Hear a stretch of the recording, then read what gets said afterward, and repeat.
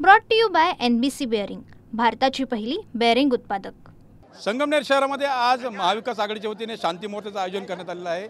संगमनेर तालुक्यातील घुलेवाडी येथे संग्राम बापू भंडारे यांच्या कीर्तनादरम्यान गोंधळ झाला होता आणि त्यानंतर हिंदुत्ववादी संघटना आक्रमक झाल्या। मात्र काँग्रेस नेते बाळासाहेब थोरात यांना संग्राम बापू भंडारे यांनी धमकी दिल्यानंतर आता काँग्रेस कार्यकर्ते देखील आक्रमक झालेले आणि आज मोठ्या प्रमाणात शांती मोर्चाचं आयोजन, त्यासोबत निषेध मोर्चाचं आयोजन जे आहे, निषेध सभेचं आयोजन करण्यात आलेलं आहे। आपल्यासोबत काही वारकरी समाजातील कीर्तनकार आहेत। कसं बघता, कारण कीर्तनामध्ये जो वारकरी समाज आहे तो खरं तर प्रबोधन करत असतो, मात्र अशा पद्धतीने ठराविक लोकांचं कौतुक करून संग्राम बापू जे आहेत ते वेगळा अजेंडा राबवायचा प्रयत्न करतात। मी हरिभक्त परायण पांडुरंग महाराज फड नान्नजकर या ठिकाणी सांगावंसं वाटतं का ही कीर्तनाची परंपरा ही नारदापासून चालत आलेली आहे।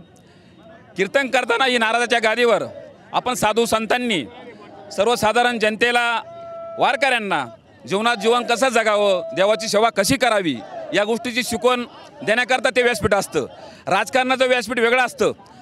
कीर्तन करत असताना कीर्तनाच्या काही मर्यादा असतात, त्या ठिकाणी माऊलींचं, तुकाराम महाराजांचं, नामदेव महाराजांचं, जनाबाईंचं या लोकांचं आपल्याला जीवनचरित्र सांगावं लागतं। त्या ठिकाणी काही गोष्टींचं तारतम्य ठेवावं लागतं। महाराजाच्या गादीचा अवमान होईल नाही या गोष्टीची आपण खात्री केली पाहिजे। आणि त्या ठिकाणी तथाकथित जे महाराज आहे त्यांना महाराज म्हणणं आम्हाला चुकीचं वाटतं। त्यांनी त्या ठिकाणी एखाद्या राजकीय पुढाऱ्याचं नाव घेणं, त्याचं कौतुक करणं या गोष्ट काही त्या गादीला शोभत नाही। भविष्यामध्ये असं जर चाललं तर निश्चितच या गोष्टीमुळे वारकरी संप्रदायाची जी पताका आहे त्या गोष्टीला कलंक लागल्याशिवाय राहणार नाही। मी आमच्या संपूर्ण संगमनेरवासी वारकरी संप्रदायाच्या वतीनं त्या महाराजांना विनंती करतो, या पुढच्याही काळामध्ये आपण जर असंच वागत असाल तर निश्चितच आमचा हा तालुका आपल्याला या तालुक्यात पाय ठेवून देणार नाही। या गोष्टीची आपण निश्चित गरज भागावी आणि नारदाच्या गादीचा अवमान होणार नाही। जर आपण यानंतर कधी जर अवमान केला तर निश्चितच संगमनेरकरांची गाठ आहे, या गोष्टी त्यांनी काळजी करावी।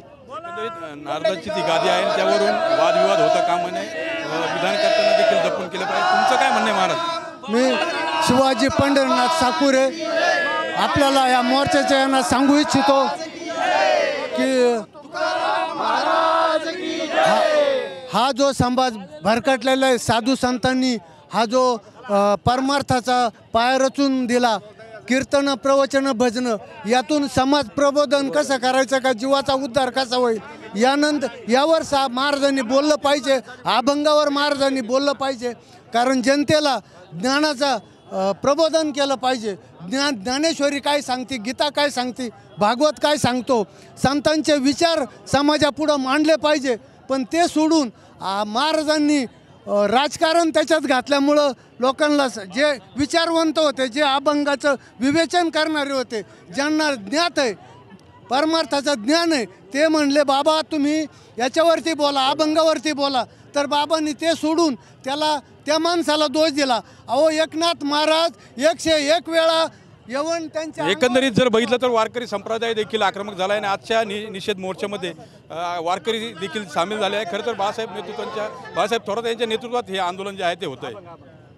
Brought to you by NBC bearing, भारताची पहिली बेअरिंग उत्पादक।